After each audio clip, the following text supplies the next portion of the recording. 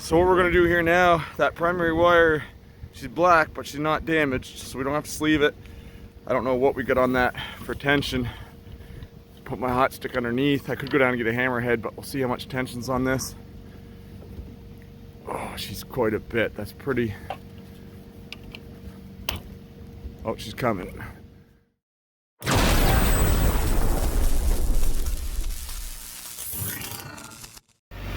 Hey guys, so it's early in the morning. It's maybe 8 a.m. right now. I got a phone call around 6:45. They're calling for freezing rain today.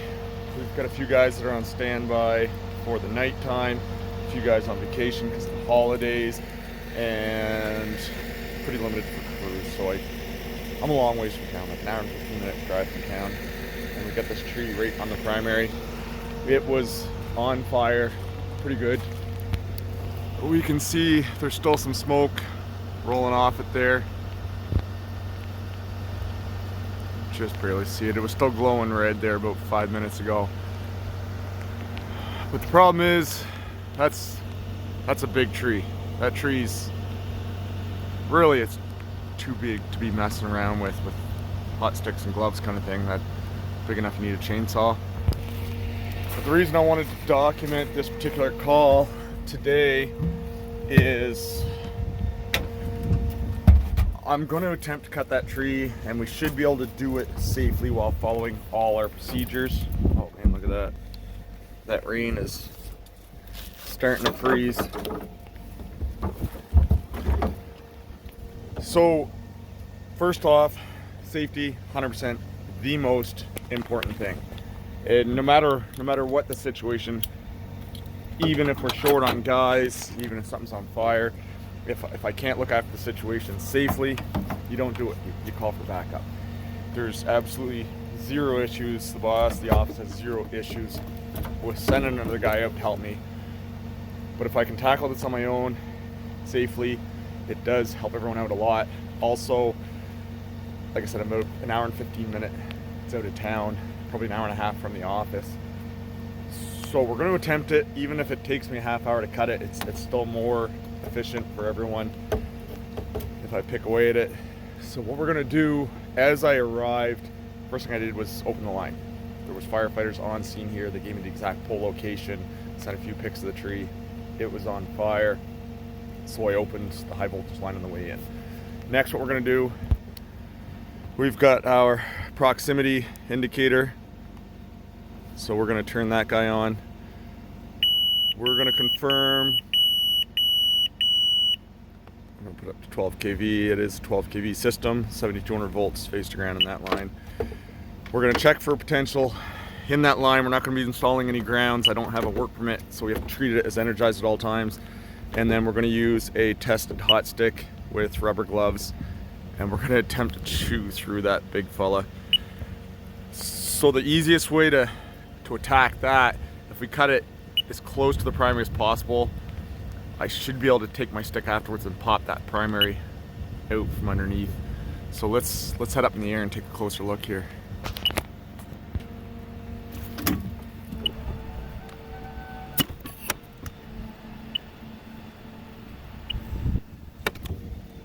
See that starting to flare up again there a little bit.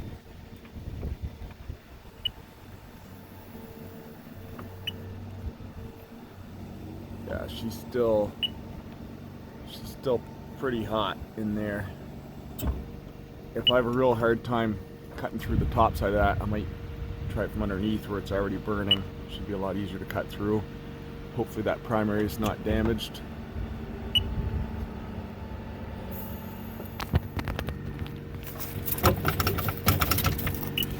She's icing up quite a bit.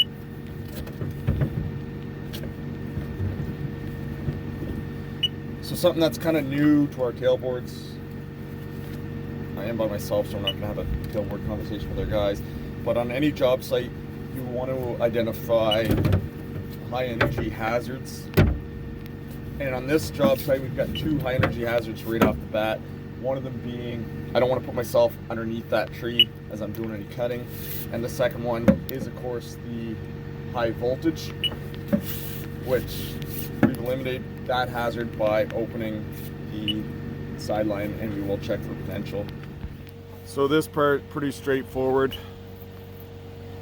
We're checking for potential issues in the magnetic field, and we're getting nothing.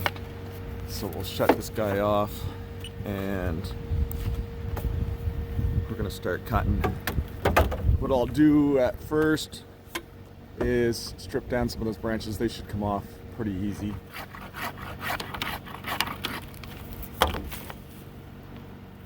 All right, so we've got that guy limbed up pretty good around our cutting area. You can see she's a pretty fat tree. So it is going to be a pain to cut by hand. Even if I had an insulated power saw, tested hydraulic power saw or tested battery power saw, hint hint, Milwaukee, I wouldn't be able to use it by myself, as we're not allowed to use any chain driven power saws without a second guy on site. So we're gonna start picking away.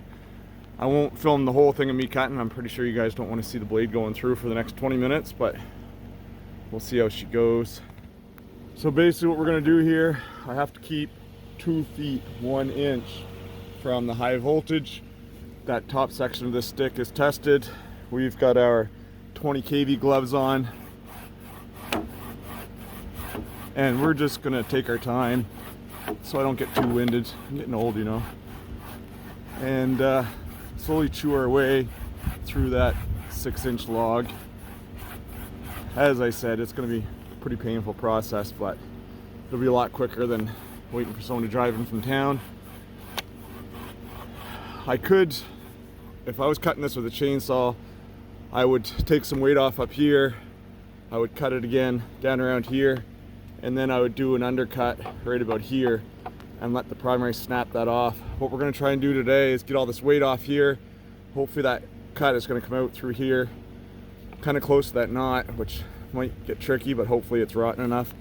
And then I'm gonna flip my stick around and just use that wing nut to hook the wire and see if I can't pot that primary out and around that tree. So I'll let you guys know how I make out here in a few minutes. All right, so a quick mid-cut update. We're making some pretty good progress.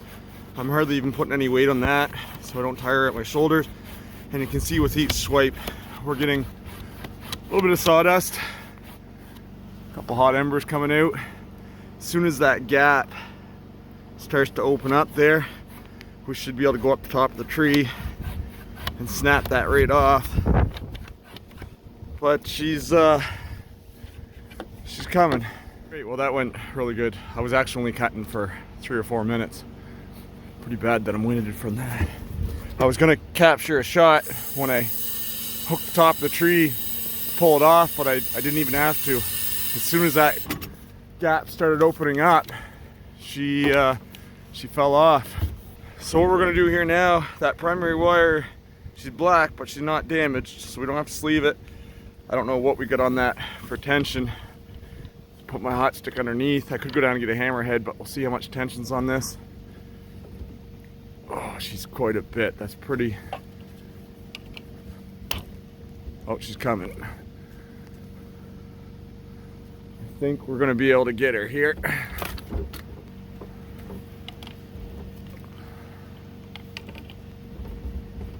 Just bounce that around and it's gonna pop out. I'll put the camera down for a minute. All right, so we got her popped off. You can see she's still jumping around a little bit, and the primary is actually a little bit slack now because all the weight has transferred down onto this neutral wire. But now that we've got our 2 foot 1 inch clearance, it looks closer than it is. I'll swing over here.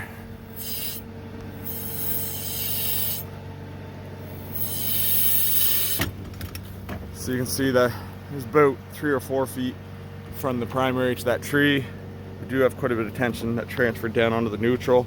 But now that we're down on the neutral wire, that primary is still isolated. The power's shut off. I'll go down and get my Milwaukee hacksaw, and we'll be able to take the rest of that down without having to saw through by hand. I want to grab a fresh battery, so we're going to be using for this the 8.0 red lithium Milwaukee battery. We've got a full charge, should be more than enough to go through that. And then we've got our Milwaukee hacksaw, which is well used. This thing has easily seen over 1,000 trees. Blades get pretty old. I think they call this one the axe. I think she's all worn out, but this should tear through that pretty good. We're still going to be using our 20 kV rubber gloves as we do the cut. One other thing you'll see me wearing today, I don't think I've shown in any videos, maybe the last one, these blue tints. A lot of times we're pretty much juggling between Nemesis and Milwaukee safety glasses, both excellent safety glasses. We recently got these blue tinted ones and they're awesome for these cloudy days. I like them much better than the yellow tints. And we're also sporting the new Dragonwear coat, which is ARC rated. I had this on in the last couple of videos. It's -1 degree Celsius right now.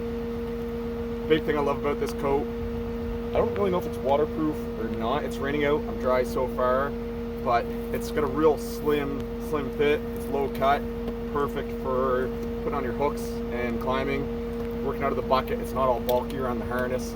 Really loving this coat so far. These are only recently available in Canada, but we got our Sawzall. Just jump back in the bucket and take care of the rest of that big old tree.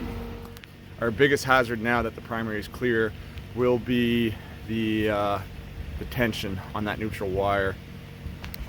This Milwaukee hacksaw, you're gonna see here, it's gonna rip through this pretty quick, and we'll try and get a couple shots to let you guys know how we deal with the tension. So I'm just moving out of that tree's path. If this tree suddenly decides to let go, it's gonna come by this way.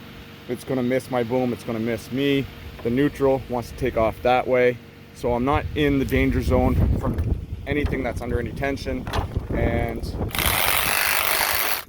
we're gonna trim all this weight off first, get rid of all these small branches here.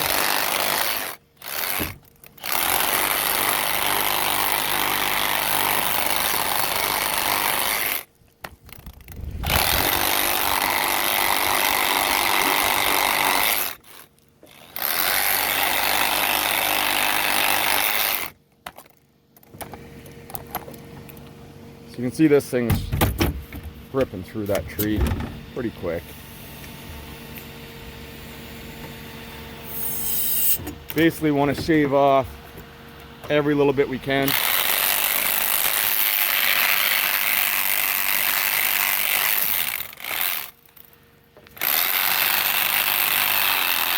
You can see in this one here, I have my tool back behind that neutral again. So if that tree snaps at this weak point where it's burnt, that's gonna miss me.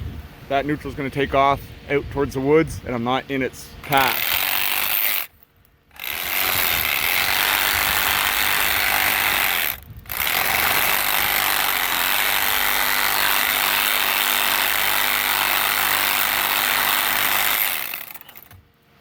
All right, I think we've got enough of that cleared here now.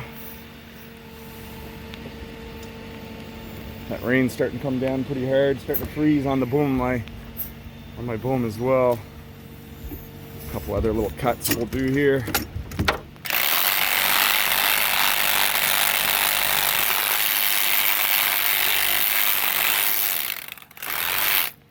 All this stuff is just hung up now.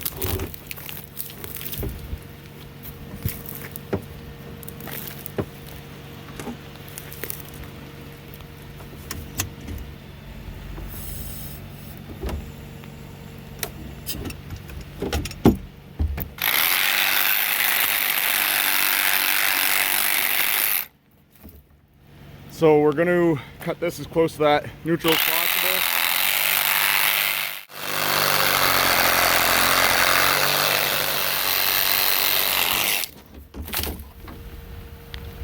Beauty.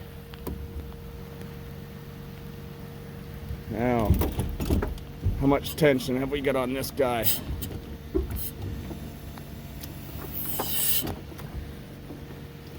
That's pretty tight. So what we'll do we'll do an undercut here now and let the tension break that off. You can see it's diverted out of its path by like probably 10 feet. The neutral should be way over there.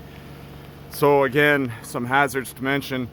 Right now I'm standing directly under this line. It's over my head. So when that takes off, it's gonna go up and it's gonna go to the right. You do not want to put yourself in this area of that wire at all. If that lets go, that could take your head right off. So we're standing in a safe position for when that lets go, as well as we don't want to have ourselves or the bucket underneath that tree. It will rest on that steel telephone and we'll have to repeat this same process again.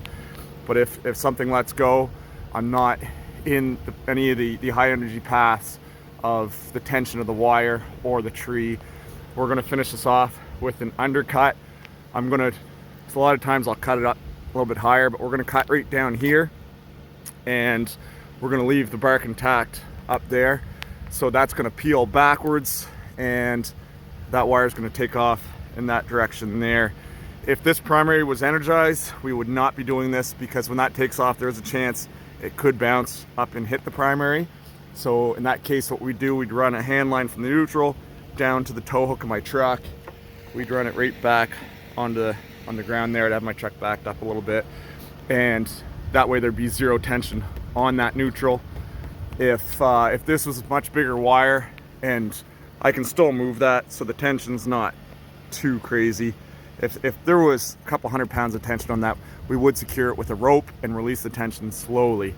But we're just gonna start picking away at the Sawzall right here. She's probably gonna take off pretty quick.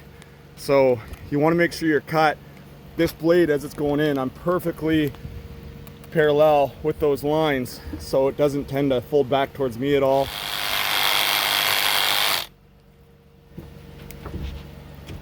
She's gonna go any moment now.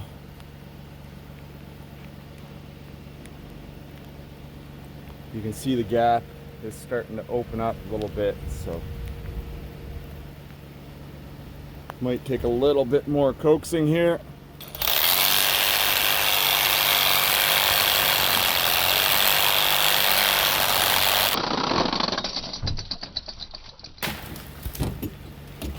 And there she goes.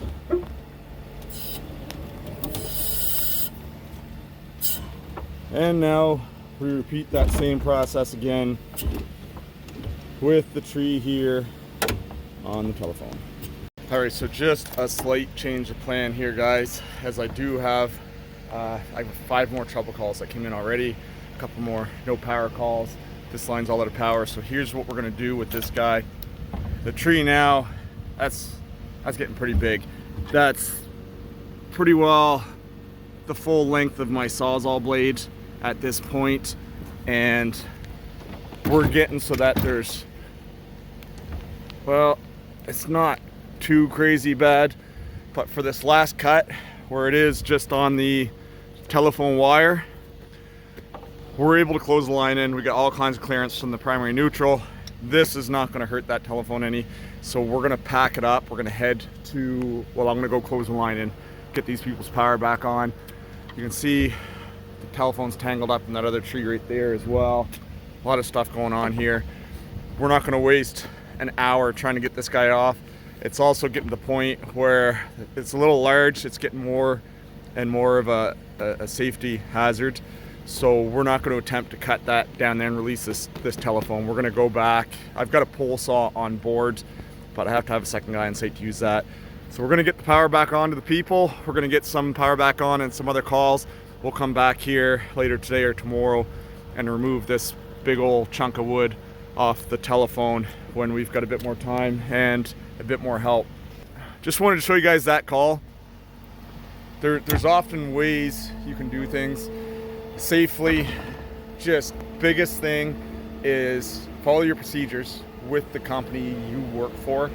And sometimes even if procedures dictate that you can do a job but you don't feel safe doing it, then call your boss, call for extra help. Nowadays in the line trade, safety is the main priority. So you'll never get yourself into a mess by stopping a job and asking questions or calling for help. When you'll find yourself in a mess is if you attempt something that you're not quite rug up to do. Next thing you know, you've got wires and trees and stuff tangled up and nothing you can do about it. So we're all good here. Primary neutral's clear. We were able to clear that off the primary sticks and gloves, clear the rest of the Sawzall. Everyone's going to be happy here for today. One last safety tip I do want to mention before we go, guys. For those of you that are in areas where there's cold weather, and I can't show this whole thing because there's a big old company logo on it. Our bucket covers, I've got the cover on now. The belly of it does sink down a little bit. Let's get a different angle here. So once your bucket cover is on, you will get some water, snow pile up on top of that and freeze.